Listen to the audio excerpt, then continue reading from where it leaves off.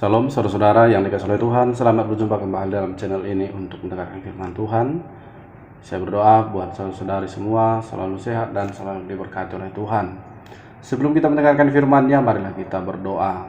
Damai sejahtera Allah yang melampaui segala akal akan memelihara hati dan pikiranmu di dalam Kristus Yesus. Amin. Yang menjadi khotbah di minggu ke-12 setelah Trinitatis tanggal 4 Agustus 2022 diambil dari Mazmur 139 ayatnya yang ke-17 sampai ayatnya yang ke-24 dengan tema di hadapan Allah tidak ada yang tersembunyi. Saudara-saudara, saya bacakan nats firman ini untuk kita dan demikianlah bunyinya. Dan bagiku betapa sulitnya pikiranmu ya Allah, betapa besar jumlahnya. Jika aku mau menghitungnya, itu lebih banyak daripada pasir. Apabila aku berhenti, masih saja aku bersama-sama Engkau. Sekiranya Engkau mematikan orang fasik, ya Allah, sehingga menjauh daripadaku penumpah-penumpah darah yang berkata-kata dusta terhadap Engkau dan melawan Engkau dengan sia-sia. Masakan aku tidak membenci orang-orang yang membenci Engkau, ya Tuhan, dan tidak merasa jemu kepada orang-orang yang bangkit melawan Engkau? Aku sama sekali membenci mereka, mereka menjadi musuhku. Selidikilah aku ya Allah, dan kenallah hatiku. Ujilah aku dan kenallah pikiran-pikiranku. Lihatlah apakah jalanku serong, dan tuntunlah aku di jalan yang kekal. Demikian pembacaan firman Tuhan. Saudara-saudara yang dikasihi oleh Tuhan kita Yesus Kristus, sesungguhnya Tuhan itu ada di mana-mana. Tidak ada tempat di bawah kolong langit ini atau di ujung bumi manapun yang tidak Tuhan ketahui. Bahkan segala hal yang belum terucap di mulut kita pun Tuhan mengetahuinya. Seperti yang dikatakan di dalam Mazmur 139 ayat 4. Artinya, segala yang ada di dalam pikiran dan hati kita bahkan dimanapun Tuhan mengetahuinya. Jika demikianlah adanya Allah itu, bagaimanakah seharusnya kita bersikap? Marilah kita menyimak firman ini. Saudara-saudara, dalam Mazmur 139 ini, Daud mengungkapkan kekaguman dan rasa syukurnya kepada Tuhan, karena Dia adalah pribadi yang maha hadir dan maha tahu tentang keberadaan kita di segala aspek kehidupan. Ini bukti pemeliharaan dan kepedulian Tuhan kepada umatnya. Dinyatakan bahwa Tuhan tahu betul tentang diri kita, apa yang sedang kita pikirkan, apa yang sedang kita pergumulkan, apa yang sedang kita derita, dan juga termasuk segala kebiasaan dan perilaku lahiriah kita sehari-hari, mulai pagi hari sampai tengah malam. Mazmur 139 ayat 3-4 berkata, Engkau memeriksa aku, kalau aku berjalan dan berbaring. Segala jalanku Kau maklumi, sebab sebelum lidahku mengeluarkan perkataan, sesungguhnya semuanya telah Kau ketahui, ya Tuhan.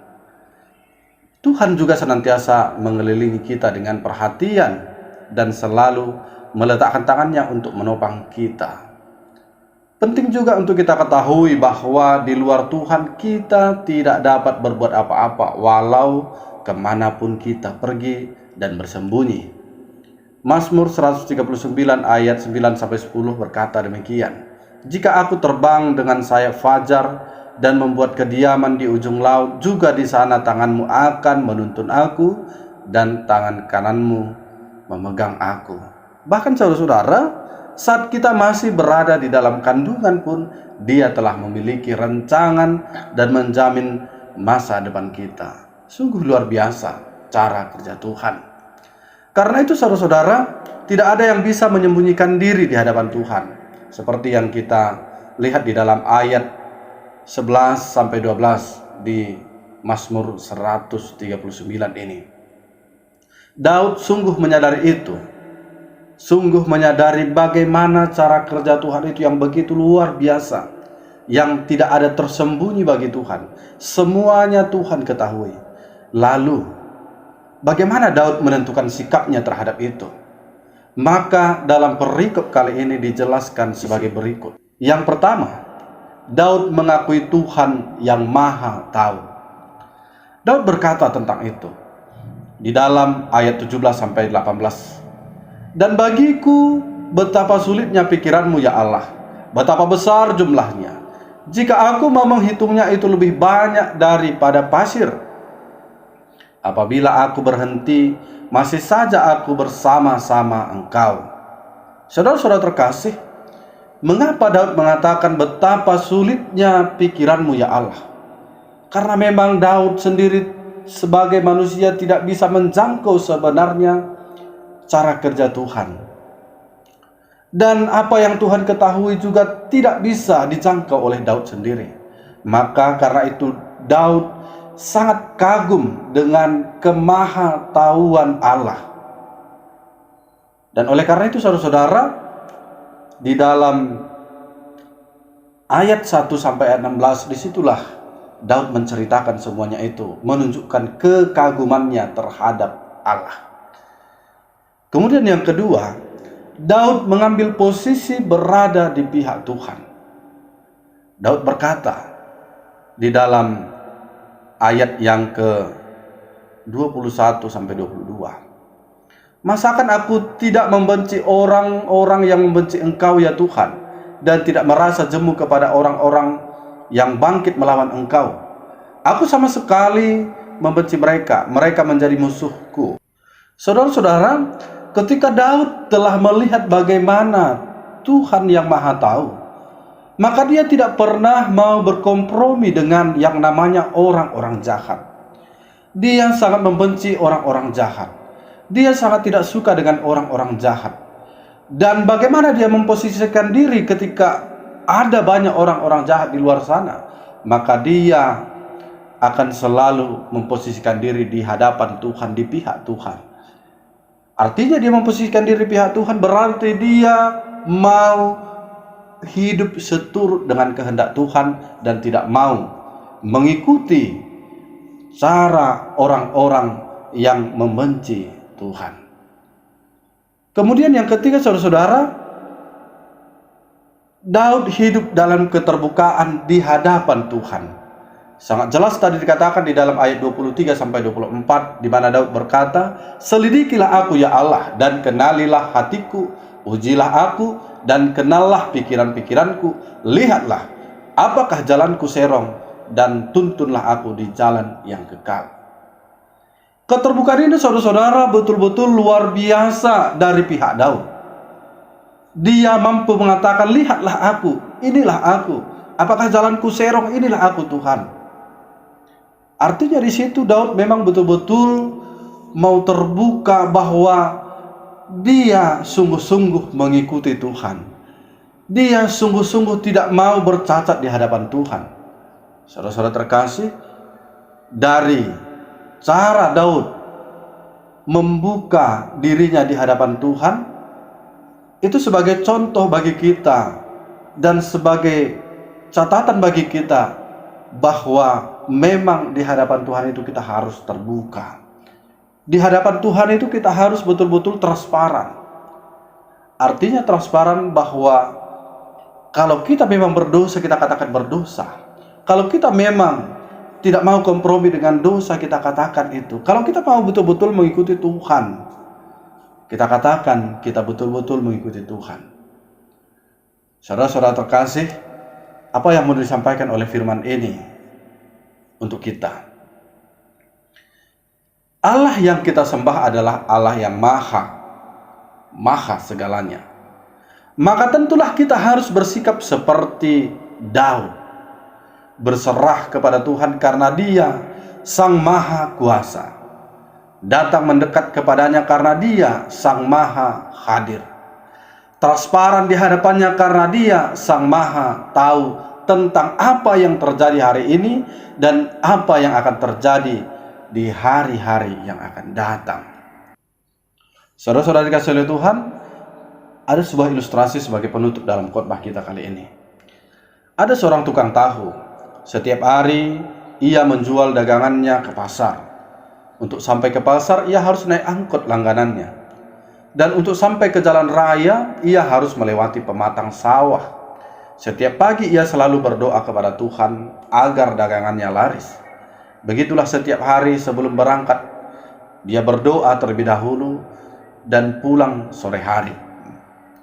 Dagangannya selalu laris manis. Walau kadang-kadang pernah juga tidak laris. Suatu hari ketika ia melewati sawah menuju jalan raya untuk naik angkot langganannya, entah kenapa tiba-tiba ia terpeleset dan kecemplung ke sawah. Semua dagangannya jatuh ke sawah, hancur berantakan. Jangankan untung, modalnya pun buntung. Mengeluhlah ia kepada Tuhan, bahkan menyalahkan Tuhan. Mengapa ia diberi cobaan seperti ini? Padahal ia selalu berdoa setiap pagi. Akhirnya ia pun pulang tidak jadi berdagang dengan membawa seluruh tahu-tahunya yang sudah berantakan. Tapi 2 jam kemudian ia mendengar kabar bahwa angkot langganannya yang setiap hari ia naiki pagi itu jatuh ke dalam jurang. Semua penumpangnya tewas. Hanya ia satu-satunya calon penumpang yang selamat gegara tahunya jatuh ke sawah. Sehingga ia tidak jadi berdagang dan membawa pulang tahu-tahunya yang sudah remek-remek itu.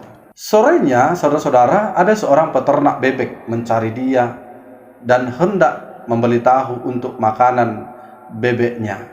Namun anehnya, peternak bebek itu mencari tahu-tahu yang sudah rusak dan hancur, karena hanya untuk campuran makanan bebek saja.